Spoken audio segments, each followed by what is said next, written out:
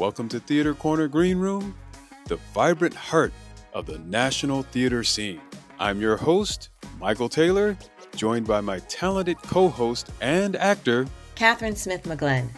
At Theater Corner Green Room, we shine a spotlight on Black artists, engaging in candid conversations as they light up local and national stages. This video podcast is a relaxed, unfiltered space, much like a theater's green room, where we dive deep into the artistry and stories of Black performers.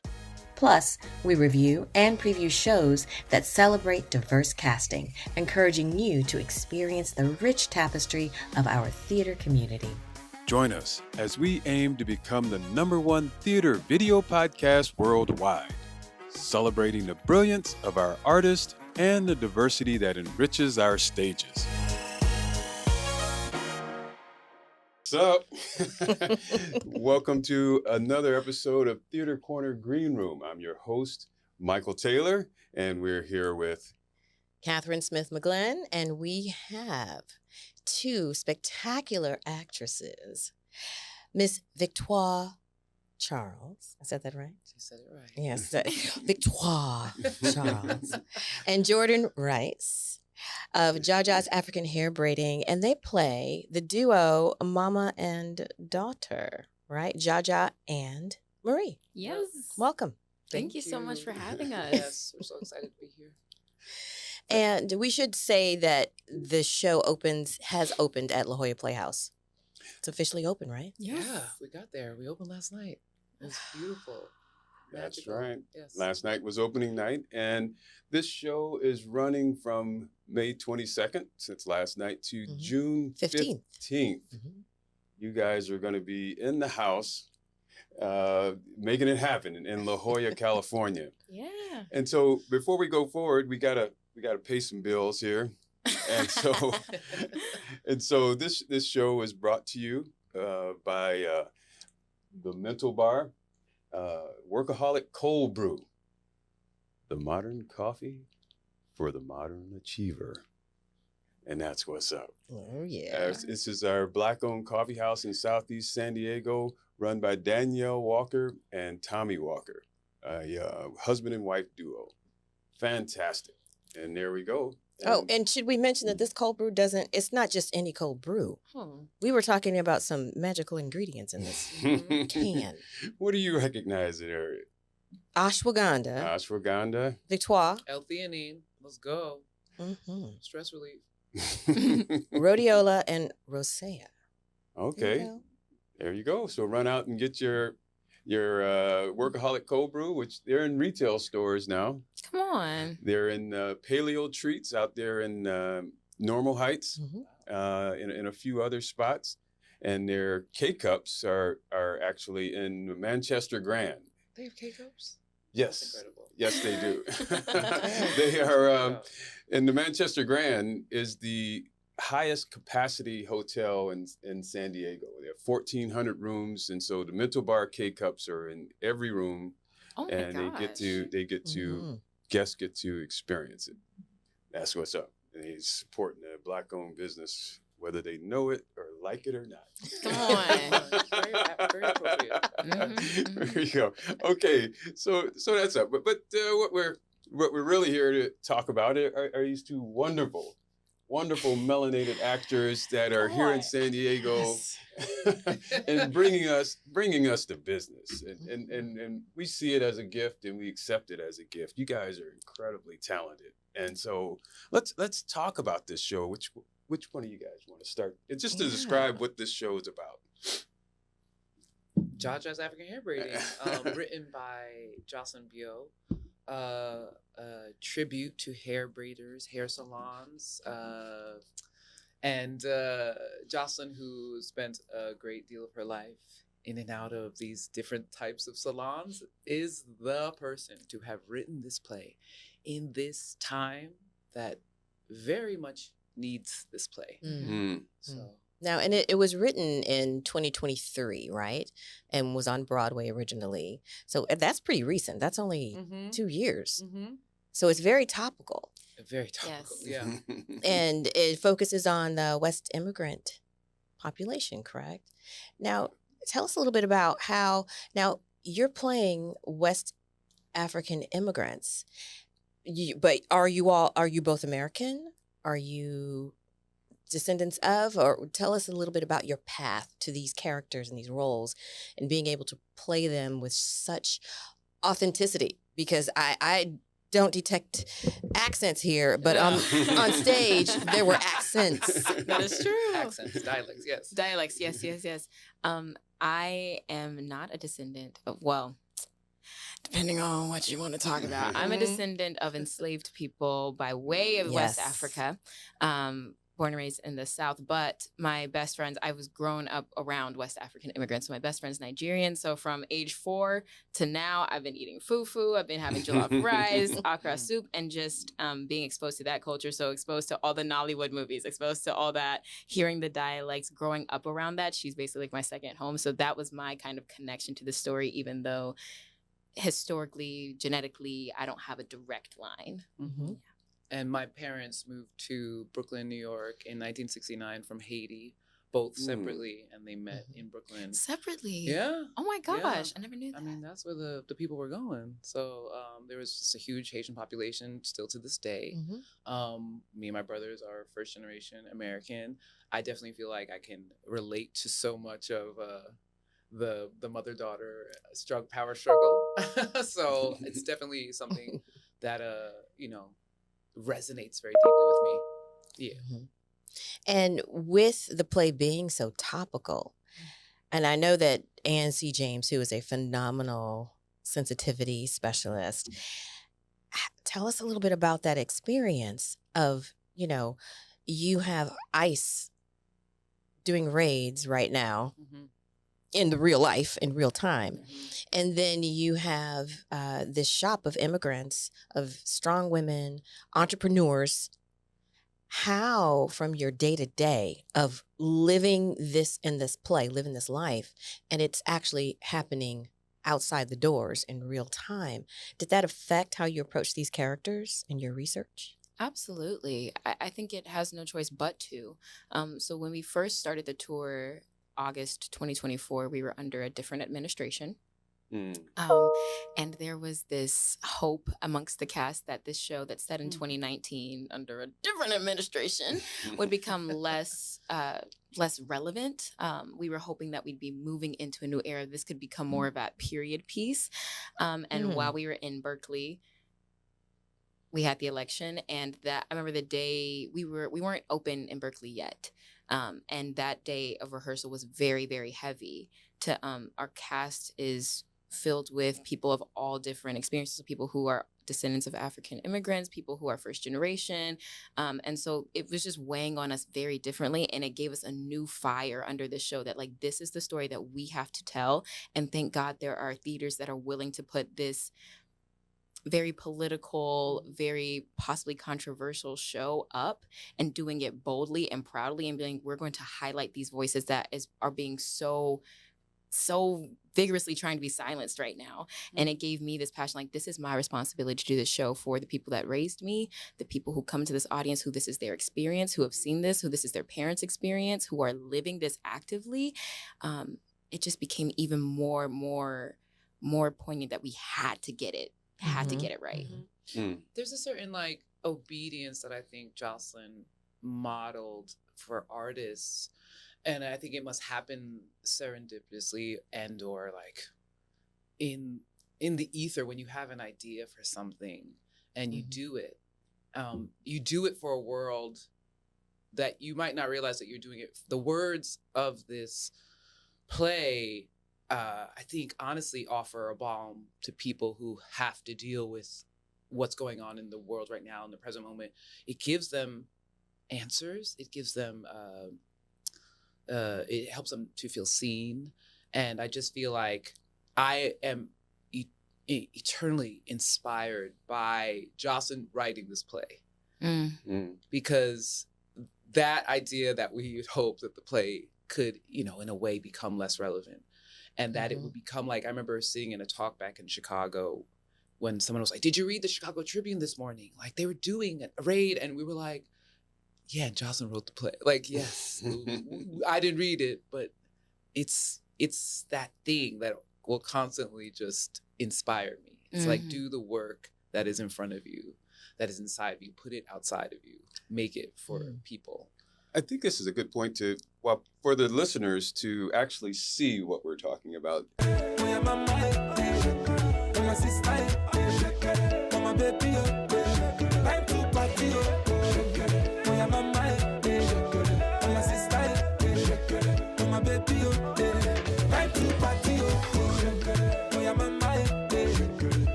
That is beautiful. You know, I mean, so far we've been talking about the seriousness of it, but there is quite a bit of humor in this, packed into this play. It's hilarious. It's absolutely hilarious. It is. I think that clip shows it so beautifully. Oh, Of yeah. like, Black joy is political. Black joy is Mm. revolutionary. Black joy is controversial because we are told so much that joy is not for us. That laughter, love, it's not for us. And so Right. Jocelyn putting this work up, highlighting the humor and the levity and the beauty that is being Black, like that is everything. It's Wow. defiance.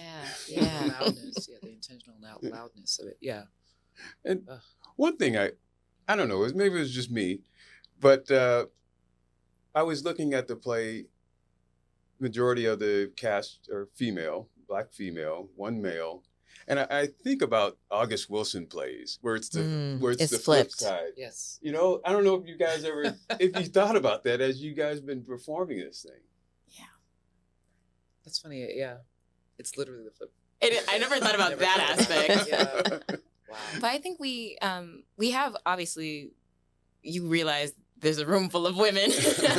And I remember on our first day, the director, Whitney White, also a Black woman, a lot of us, that was our first experience having a Black director, a Black stage manager, a Black like creative team, and be in a room in a show full of Black women. And it was just like, oh, we can really just flex and be ourselves. Like something that they really talked about in rehearsal was like, you can shine and it won't take away anyone else's shine. It is actually your duty to shine as much as you can, eat the whole meal, leave no crumbs, and believe that there's enough for us all to eat and us all to do it well.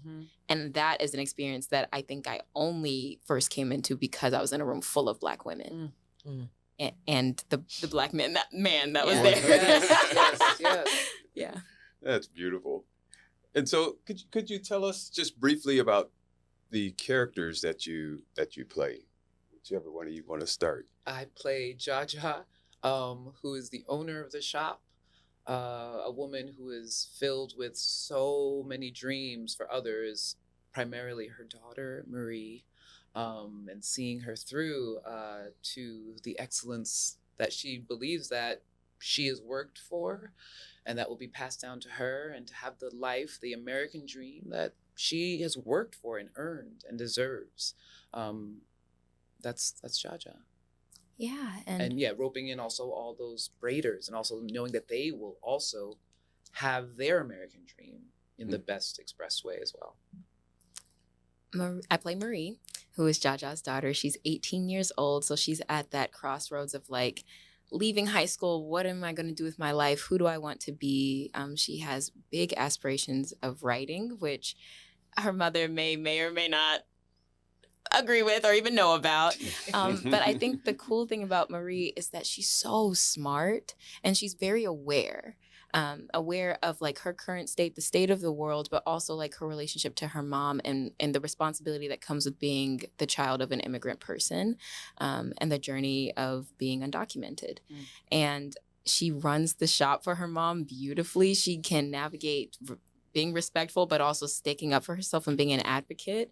And I think she pulls from Jaja's dreams. Like she has big dreams too, and she has the audacity to believe that the American dream is her right. Yeah. I like, so there's one image that kind of captures so many of the elements of it. It's New York, hair braiding, it's Black. I like to refer to this image right here. I love that Dreams moment. come true. You better do it, Melanie Brazil. Oh gosh, so good.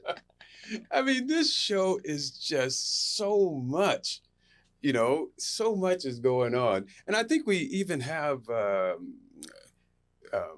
even an audience member kind of giving their take on it. Their take on it, right?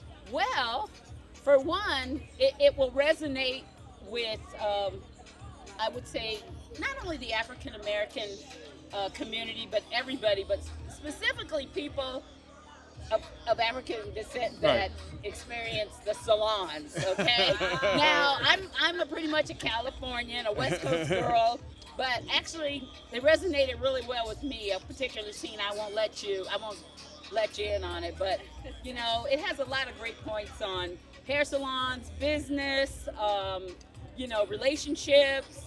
It just covers the gamut. The whole culture. Spending hours in the shop.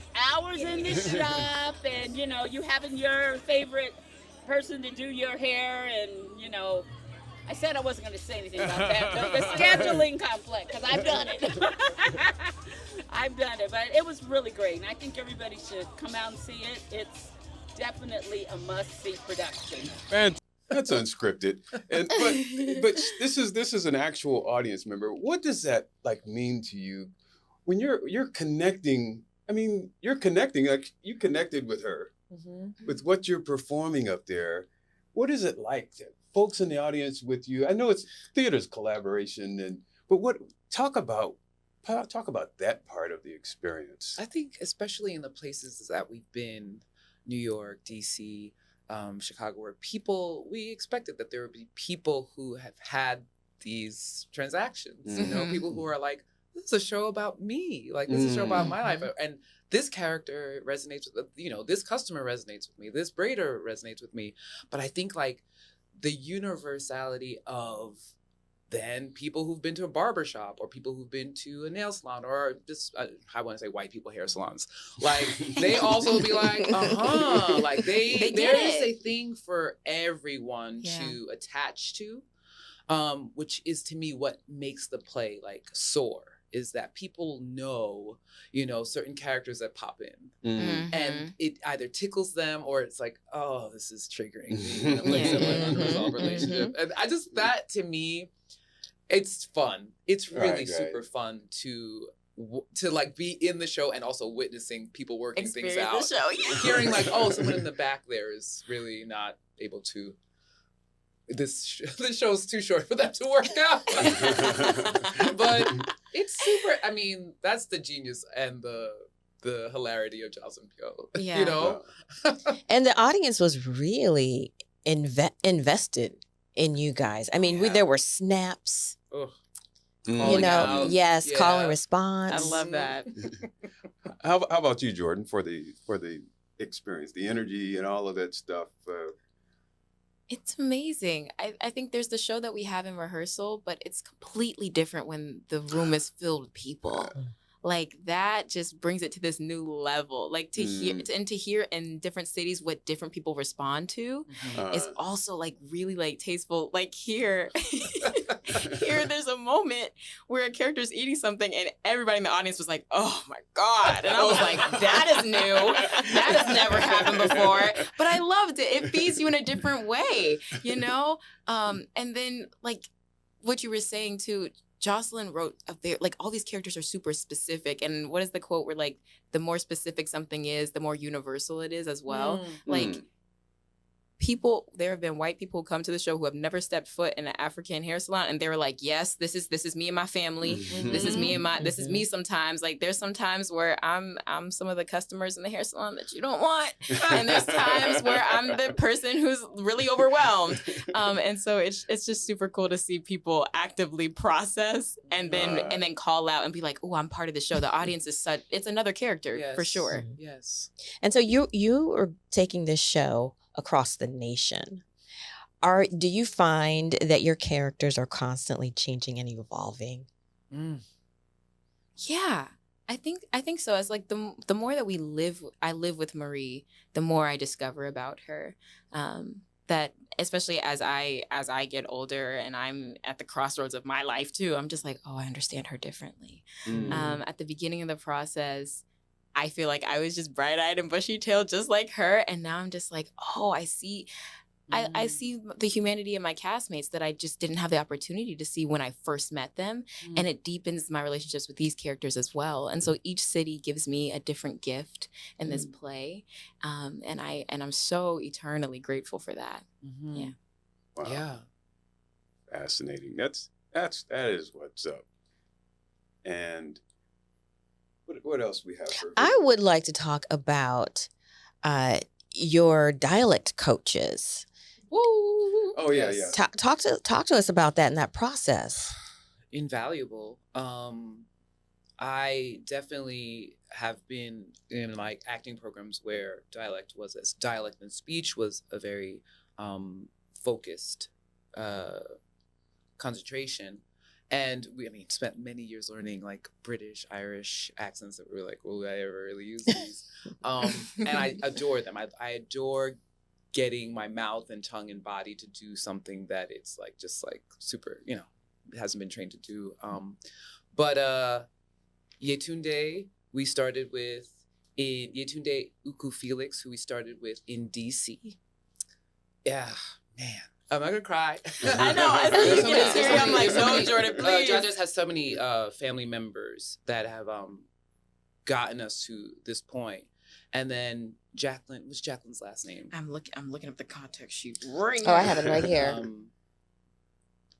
Jacqueline Springfield. So Jacqueline Springfield joined us for this leg in San Diego. And just getting... we have also like cast members like Aisha, whose family is from Senegal, and we've had different cast members who also are West African. The effort to get our tongues there, the effort to get not even just there, the effort to get the New Yorkers as New York as possible, as believable as possible in those roles. It's been, it's a physical effort. You sometimes just think it's the teeth, the lips of teeth, and the tip of the tongue. It's a physical effort to put those things into your body and then not think about them every time you're on stage and just let it go. And we're so thoroughly supported in that space, and let's be clear, I was very grateful because as a Haitian American, I spent the 80s, 90s, and early 2000s being like, why does the American film world think that our dialect is Jamaican? It's like those are two different colonized. Right. They were colonized by the British and we were colonized by the French. So literally a Black man doing a French accent is enough. Or it's like sometimes it gets very African and you're like, well, sure, there's an influence, but like to hear, I hope that when people, and I do know that there are people who have come who are from Senegal and I'm always like, oh my God, hi, sorry. I hope but it's so important to get someone's dialect correct. Yes. Correct. It's another way to really see someone, and not, it's such a delicate, sensitive thing, and I know that like the support that we've been given to get there, it's still a journey. Yeah, and because if you're not careful, it can come off as mockery. Right? Absolutely. Yeah. They've been, even unintentionally. Unintentionally. They've been very, our assistant director, Mana Simone Middlebrooks, was also like, we want to make sure the show is not a wash of Blackness, that this is very specific. And all of these women are from different places. So the Senegalese accent needs to sound different than the Sierra Leone one, needs to sound different from the Ghanaian ones, it needs to have the differences because the people in the audience will be able to tell. Yeah. And you want, like you said, you want someone to feel like I've never been seen before. And here in this space, in these bodies, on this stage, I find myself and I find my mom and I find my grandmother. It's a way to honor them, a community that doesn't get honored that much. Right. And so you were let off the hook for most of it. Well, I have to give her a shout out because sometimes she'll say something, I'll be like, all right, she got it. Okay, because I am from Georgia.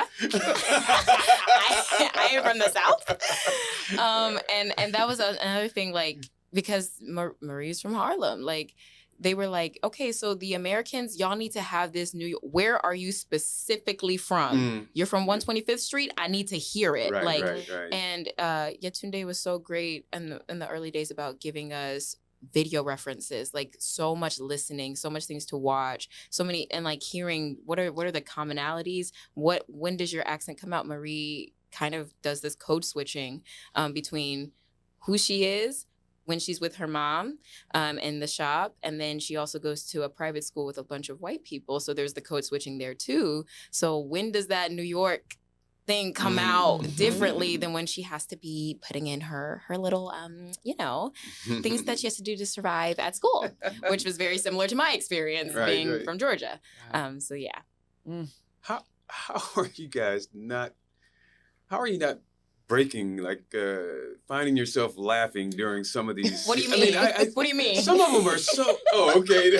So it does Not caught us doing such things, but it's not to say that things don't happen. I just can't see how.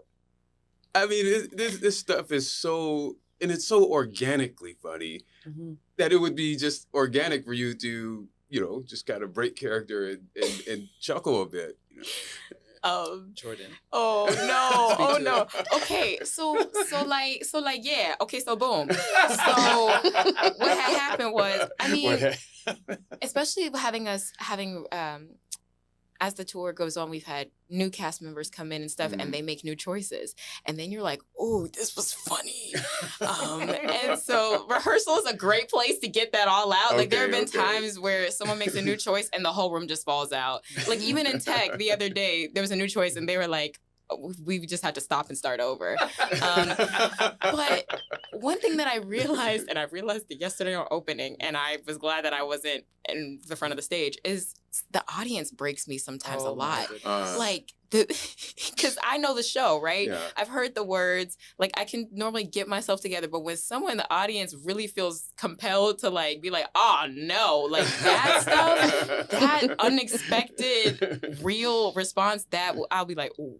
Figure it out. Yeah. And this one guy. Oh Lord. And he brings a lot of the funny.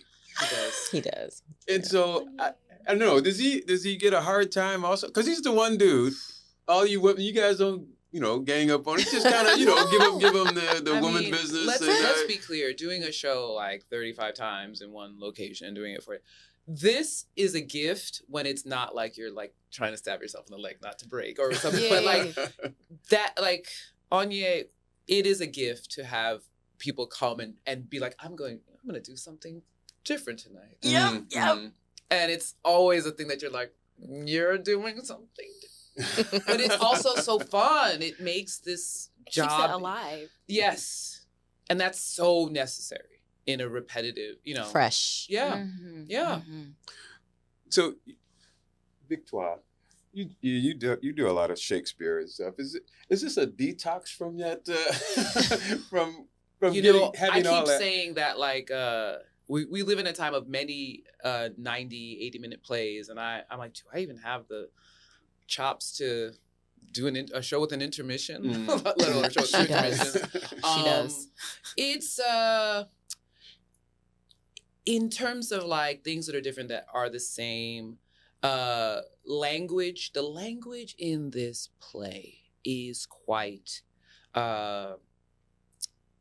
athletic. Mm-hmm. The performance to me feels, and especially as an ensemble, having to be a well-oiled machine together and getting your tongue to be like, let's go. Mind, body, get it together. I know that when we sat down to do the table read even a few weeks ago, I was out of breath, sitting down reading it. It's on caliber. So it is absolutely on caliber. You need your training. You need your training to do this. Very technical. Yes. It's a very technical show. On a day that you feel off, it's because you couldn't breathe or you couldn't get you couldn't get on. The train. It was I missed that train at that station and then that train. So it is definitely a lot of the same feeling, the same athletic. Theater is a beast. Yeah. It is your body has to be ready to do a play. But this is theater is both your foundations. I mean, as opposed to starting in film as some actors do. Mm-hmm. And so what's the value of that? Oh, It's a good question. I was like, I want to take my time. That's a loaded question, Michael. That's a loaded question. I mean, but it's It's a great loaded it's a question. thing. I mean, there's a lot of actors out there on film that don't know that experience. That's not their start. Oh, absolutely. And you have pros and cons of it. But I right? think in terms of it building muscle, acting muscle, I would imagine. I think for me, I did my first play when I was 8 years old.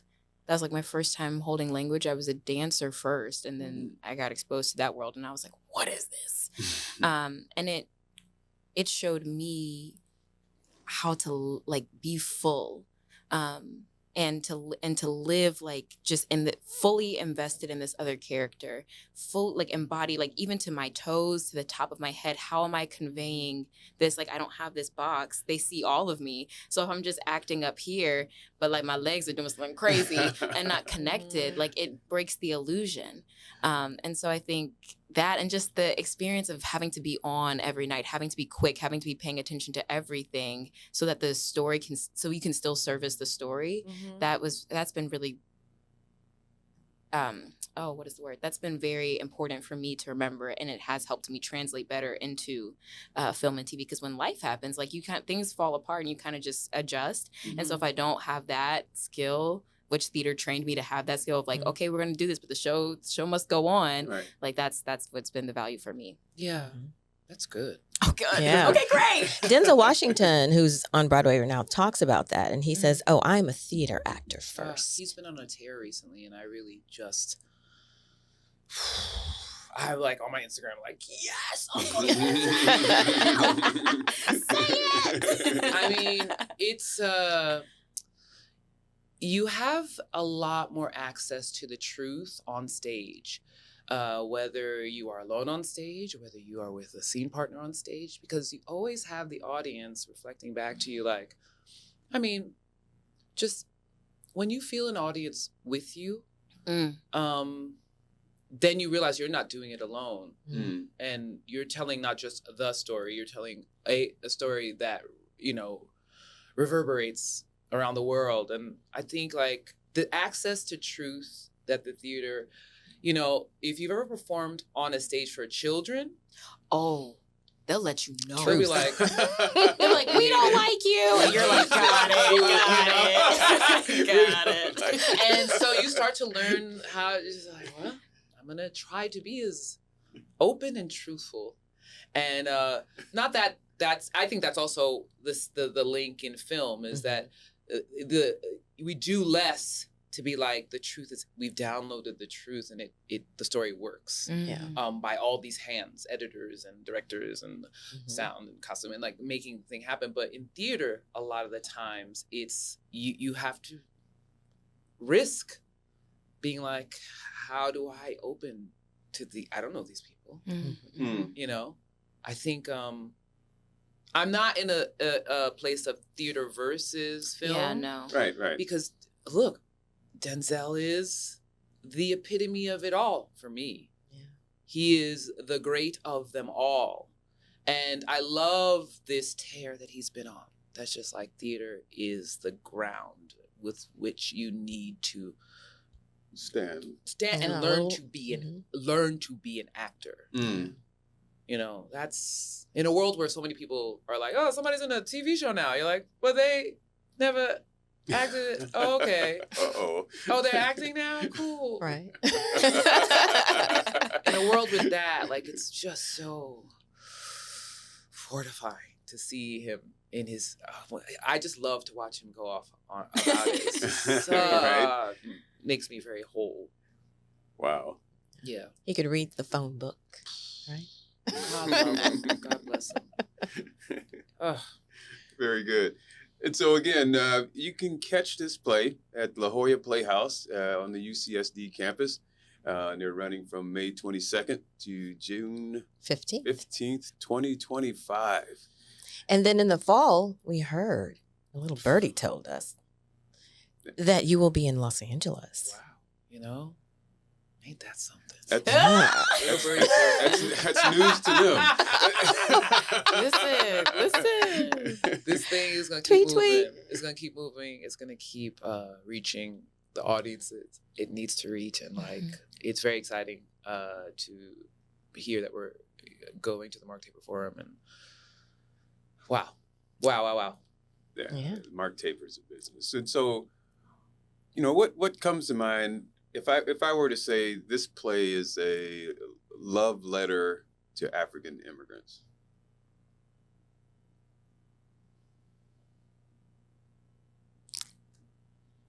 Yes. Yes, I was like, yeah, it's a love letter. Yes. Would you add to that any people? Is it just to African immigrants? You know, when we were in Berkeley, we had a lot of audience members from first generation Vietnamese, first generation Korean, and it may not have been the most vocal of houses, but when people would come up and say something, to be like, this play reminded me of my dad, and they came and he opened the dry cleaning, and they didn't want him in the neighborhood, but they, fraternized his business, and he did well, and they were happy that he did well, but then they didn't want him here. And I think it is, I would say, a love letter to immigrants. Anyone who in this country has ever felt like they're doing the right thing, they're doing the right way, and yet is still unwanted, or that those efforts are not enough. It's for them as well. Yeah. It's beautiful. So as actors, we've had a lot of Broadway performers here on this show and the national tour. People don't think about what you carry. I mean, personally, you are human. You're actors, and you're bringing this gift of acting on stage. But you're also humans, and this is talk about the practical aspects in your lives of just being out on the road. I mean, there's got to be so much that audience members have no idea what you sacrifice and go through to bring them this performance. I think I've been very blessed. I know I've been very blessed to have a support system back at home who have always said yes to my dreams. I started acting professionally when I was 11 years old. And so it's just looked like my parents being like, all right, we got to drive her an hour to go to dance class, to acting class, and we're going to sit in the car. She wants to, so many birthdays, so many weddings, so many anniversaries. My parents, my family have sacrificed that so that I can go and do and live my dreams. And I feel like it is on me. It is my great responsibility to give that back to them by living in this world, living on this stage in the most truthful, grateful, humble, authentic place I can. That is how I let them know that all those sacrifices were for something. And so traveling, I just see it as a great privilege. Like, this is, I sometimes I'm like, this is my job. Like, I get to put on costumes and become a different person for 90 minutes, and people sit there and they want that. And I get to be a vessel. Like, I really just feel like the gift is not mine. It is from a chorus line, the gift was ours to borrow. Like, the gift comes, it pours down, and I'm here to pour out. That is what this whole process is for me. So every city we're in, I'm just like, I am a vessel to pour out onto, to water the ground that's here for as long as I'm here. And then when we go to the next place, the audiences that come, they need this story. Here's what I have to pour out. And that's just what I've been carrying. Gratitude, humility. Yeah. Wow. And how about you, Victoire? When you only have you guys are dark on Mondays here. Yes. You only have your people Monday. People do not believe. That is crazy though. Yeah.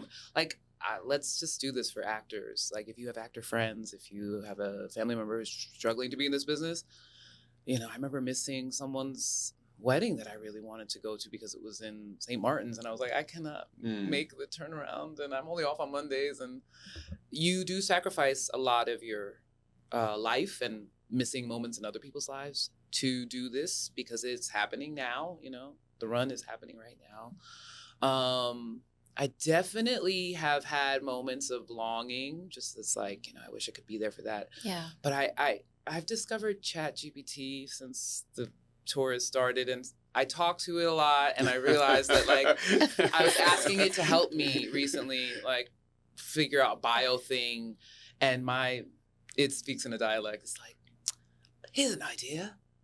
I'm an actor and I get to travel the world, bringing stories to and I was like, spit it back to me, and I started crying. Oh, yeah. Because in the moment, I was trying to put something together for somebody to ask me for a bio thing, and I was like, oh gosh, like what do I say?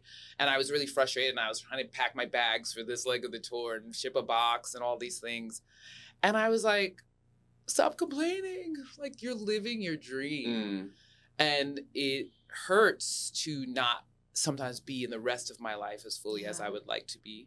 And then sometimes we had this great break before this. Sometimes you do.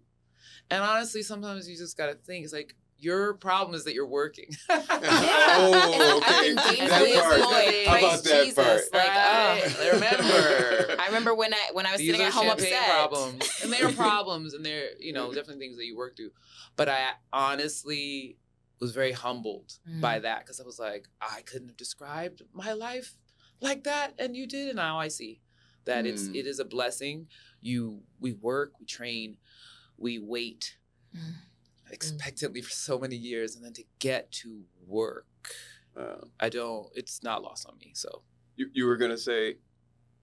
Oh, I do not remember.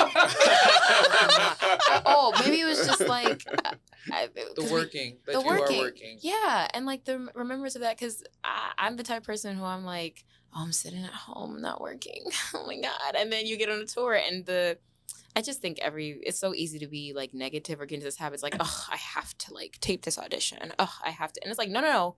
You get to, people want to see your work. You get to, and reframing that in any aspect of your life, but specifically in this one, I'm just like, that is freeing. Like, I get to come out here and play make-believe for 90 minutes. That's awesome. That is so awesome. 4-year-old Jordan wanted that. Like, remember that. And it keeps, when I connect to that, like, everything just opens up. Yes. You just made me remember something Wilkie Ferguson talked about. No. That wasn't Wilkie. We're talking about going into the White Room. You just made me remember that. The White Room. You know, it's just completely going blank. And that was Daniel. That was Daniel. Daniel. You did not reside in the White Room, Victoire. Yes. So Daniel J. Watts told us about. So do you have a White Room story? Oh. Here it comes. Arena stage, Washington State. No. Something very stressful in my life was happening in the morning. Oh God. And then it's like, okay, it resolved itself to be on stage by 2:00, you know, and then this show's going on. I come on stage and I'm like, I'm fine. Until I say the end of one section, and I'm like, and that is that.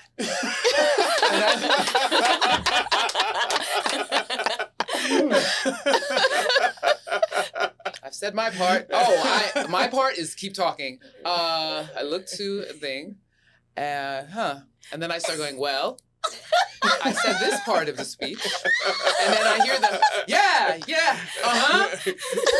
and I said this part of the speech, yeah, and everybody's literally egging me on. I'm just like, and then I said the part that I don't know how to get out of this, and Jordan. The White Room always feels like you're in there for 15 minutes. Yes, like, yeah. Oh yeah. Well, how will we ever live this down? But it's always like, it's such a quick some seconds that are just like, yeah. And Jordan just, it's like, sing, Mom. And I was like, you are my daughter. And Becky, yes. Don't you speak to me like, you know, like it just was one of those things where I'm just like, how? That's How did I end up in the white room like that? Because the craziest thing, it feels like forever. It Right. felt, but like I forgot about that until you just were like arena stage, and I said, "Oh yes, now I remember that." But like, and that same performance specifically on that, I had people there, and they were like, "Oh, that Jaja was amazing. She just really can." And I said, "And she did, and she did." Like, yeah. To you on stage, it feels a certain time. It's a certain sustaining of silence. There's silence now. There's Oh no my silence in goodness. this show. It's a sound and sound show. Someone has a line. Oh, it's my line. And I've, people who will watch this who've been in shows may be like, we've been there. Yeah. But the art of it is, I guess, walking on and making it look like it didn't happen. I mean, You can't say sorry. You just have to find it and keep pushing through. And it's like it never happened. Yeah. Until you get off stage and you're like, you're sweating. Cold sweat. and your castmates can't help you. I mean, there's sometimes, I mean, they were supportive. They were like, that's right. You said that part too. Yes. And again, yep. Like I think there was, at the end of the play, I have this really big, like. Yeah, crying. Yeah, this big thing. And I can't remember what city it was in because I blocked it out. I can't remember what city it was in. And I wasn't breathing. As you said, I wasn't breathing. And I was like, and that just came out. And then the word, and I was like, it's emotion, girl. Like, that's how we are. Like, sometimes you just got to be like, that's what people experience. Like, sometimes you are so heightened in emotion that things just don't come out. And I was like, and then Tiffany was like, yes. And I got the rest of the words out. And then you realize that I didn't die. Like, no one fired me. Thank God. Yeah. Like, I come in and the story, Jocelyn's play is so she wrote it so well that like the play allows for like us to fall off, but the message of the play still go. Yeah. Like it's not like we have to make this script something. The script is already incredible and we just get to service it. And so if I'm having a bad day, I can trust that the words hold me up. I can trust that the story holds me up. Honestly, doing this for so long, that's the thing to me that makes it makes me able to do this long. Even sometimes I'm like, we're doing it again. Yeah. And we're gonna do it again tomorrow. We'll do it twice. When you have like for actors in a great script, when you read the script and you close it, you're reading it on like your couch or your bed and you close it and they're like, that's when you know. And I'm still finding some shows things. You have to see it to get it. This is not one of those shows. I got the audition and I was laughing at the page. Right. I said, "Oh, this is something I need to be a part of." Your head. That's how you know that it's like it's just that's why it's so sticky. For me, I know that like it's just the experience of the language is just it's a treat every time. I'm backstage laughing at all the jokes, the same every night. Yeah. That's special. And when the characters are so well written and you're living those characters and you know those characters, you can just improv whatever in the character. It need be. If you need to. One thing that I remember on the first day of rehearsal, Jocelyn was like, the only thing I ask you is to be word perfect. And I went, okay. I think the script is like 128 pages. I said, okay. But like every ad lib that you could even think about having is written in the script. Like every like thing that like Black people do, every oop okay, every like like that is written. And so it seems like it's like spontaneous, but she wrote it and it's the timing of it. That's why it's so technical. You have to be listening to everything because you're someone in the audience is just with you. Yes, so all of it is already on the page for us. Yes. Yeah. Fantastic. To Jocelyn B.O. She's so talented. And so let me break one more time and acknowledge our sponsor, Workaholic Cold Brew, made by the Mental Bar. And this is modern coffee for the modern achiever. And you have to say it that way He has to say it that way. No, it gives it some gravitas. It's like, come on, wait. Yes.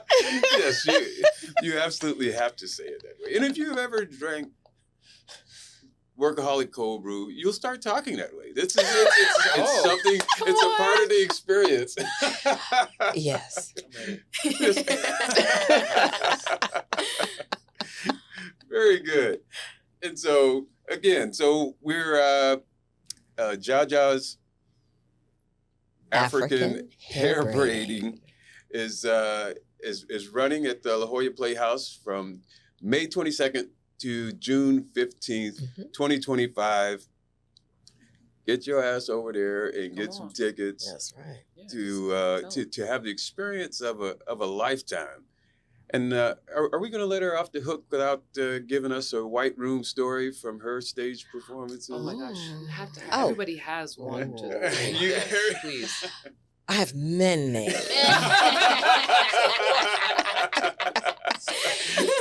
And I've been able to, and I will improv. I will improv the bard. That's why he's there. Okay. Right. Thou dost, and therefore do it. And I was playing Titania. Yes. And it was a scene with Oberon. And I was there's a long monologue that she has when she's talking about the seasons and the storms and I was caught in a loop. I just kept saying the same stanza over and over and over and over again. And so I stopped and I look at Oberon like, right, like, come on. He turned around and walked away. Wow. And I was just like, fairies, come here. Come on. And we just left. We just left. Fairies away. I don't feel like you're supposed to say no to your scene partner. That's crazy. That's like Walking one of those away. Golden rules of acting, improv. You're never supposed to say no to a proposal. I feel like my We mouth gotta just do dropped. this together. But he was sick and tired. He was like, I'm done with you. he left. He's like, no. Oh wow. Like, So we have a lot of young, up and coming actors to watch the show. We always like to. We have folks that have been doing the business for a bit to request that they give a little advice. What comes to mind if someone we give both of you a chance. What do you say to up and coming actors that are embarking on what you're? Yeah, especially today, because we know the industry is constantly changing and evolving, right? Yeah. And theater and the arts sector in general, there's funding that has been lost. So theaters are trying to gain their footing. Some theaters are closing. We're doing taped auditions now. How does an actor that has gone to school, gotten the training, and now, they're ready to hit one of the major markets? I think the thing that comes up for me a lot recently is like I'm in my late 40s and I finally been able to start booking television in the last 3 to 5 years. And a part of me sometimes finds it hard to have the celebration because it's been such a long journey. And then you go, so I have to remind myself that how desperately I wanted it. And definitely maturity has made it's work. It's work. And do you want it? Will you want if you ultimately get what you want in this industry, will it be okay if you have to wait 15 to 20 years for it? Because I have to tell you, it's very sweet. It's a victory. It's something that some of my family members finally you did it. You finally did it.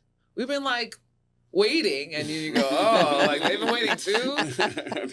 But just remember, will you want it if it doesn't come tomorrow?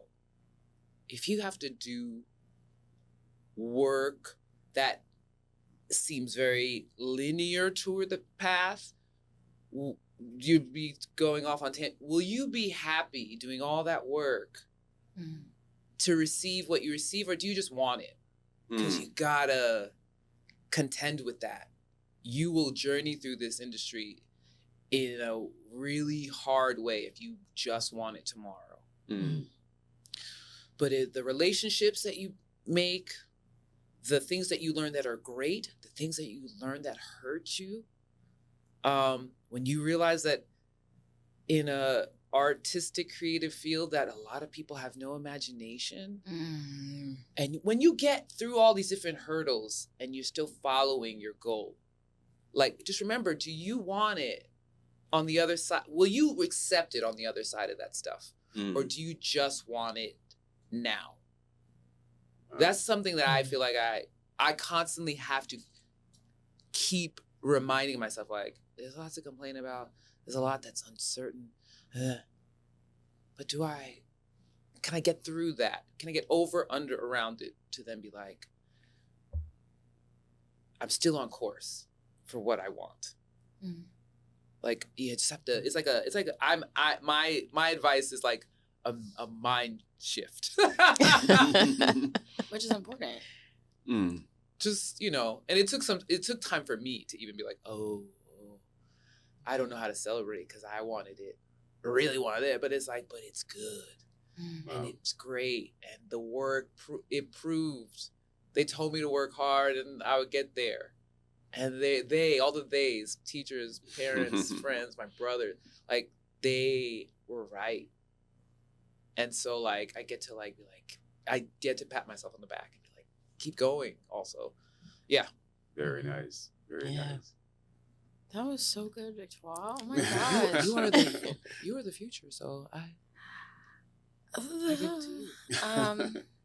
Does it help to frame it as if, what advice would you give to your 8-year-old self? Would that make it easier? It's actually something that came from my mom would say it a lot on the ways to auditions, on the ways from whatever, and I'd be like, okay, Mom, whatever. And now I'm like, oh, okay, Mom, I get it. No one else controls you being creative. Like, creativity comes from you, and you don't need permission from anyone else to be creative. Just because the booking hasn't happened doesn't mean that you're not an artist. Just because the booking hasn't happened yet doesn't mean that you can't create something right now. And she was always pushing me to, like, you can write.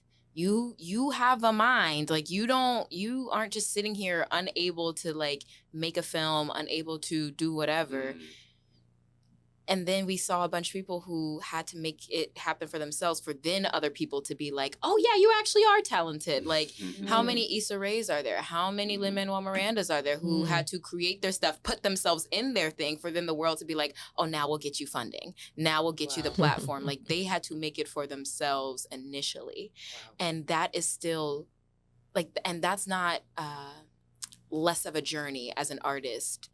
Because, like, you made it for yourself and then people validated you. If, like, some people have the career where the first audition they go on, they book the series regular, and then it's just that. And we all are like, that's the career I want. And I'm like, no, there's merit in also, like, putting in that work, writing yourself into your own things, being, and because what I found is that if I am writing, I'm not only creating a job for myself, I'm creating a job for the people who I also know are talented, who should be on TV. And if we can all do it together, then, like, that's still just as good of a journey. So that's what I tell myself right now, right at 8 years old, and put yourself in stuff. Very nice. And so, my goodness, they have filled our whole episode already. We could sit here and just chat, especially talk shop. This has been incredible experience.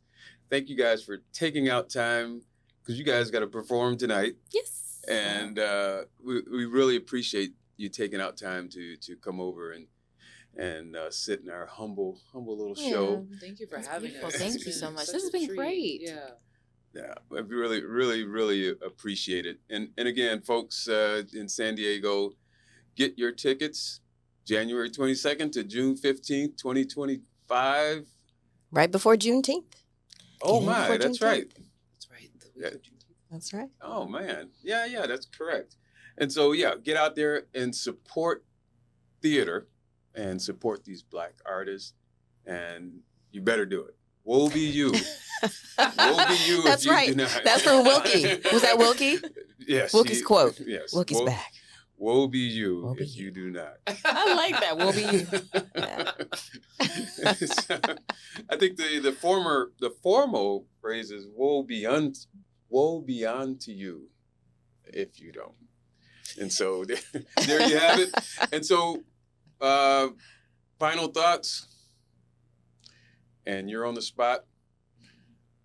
Victoire? You know, I'm just going to say this. I was like, who? I do not want our people to be the people who wait to see shows that are for and about them. It happens every closing weekend. Oh, that's right.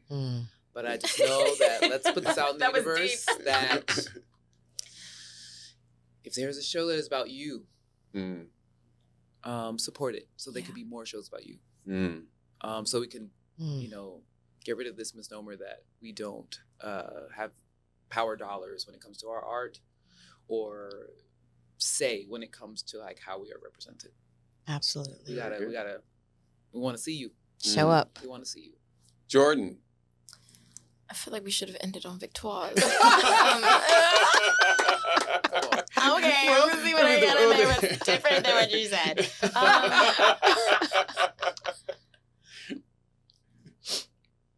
This is for getting people to come to the show. Yes. There Okay, great.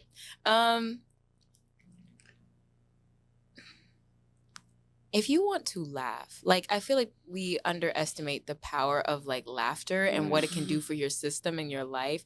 This is 90 minutes of laughter. It is a perfect show to see by yourself, but it's a great show to see it with someone else. It's a great show, like, and it'll give you a deeper look into the people who make your hair beautiful, the people who make you take pride in making you beautiful. So tell your braiders about it, tell your friends about it, tell your sisters, bring a date. You know, do all the things to get all the people out here, because like Victoire said, it really is for us, and it's so powerful when we show them that we care about ourselves in that way too. So come and bring somebody to see the show. That's what's up. All right. Very nice. Thank you so much, Jordan Rice and Victoire Charles. Hey. Oh, you hear how he said that? Oh, Come on. Ah. Get it real Frenchy. J'aime ton nom. J'aime ton nom. Beaucoup. Very good. Thank you for tuning into another episode of Theater Corner Green Room. You can find us on YouTube and find us our profile and subscribe so you don't miss an episode. And thank you for being here, co-host Catherine Smith McGlynn. That's right.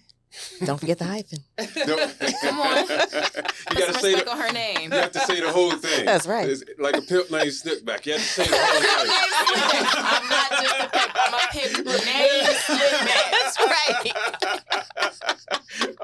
All right, and so we're gonna go out of here with the sizzle from the show, so you can wet your whistle a little bit and get yourself down there to take it in. All right, signing off. It's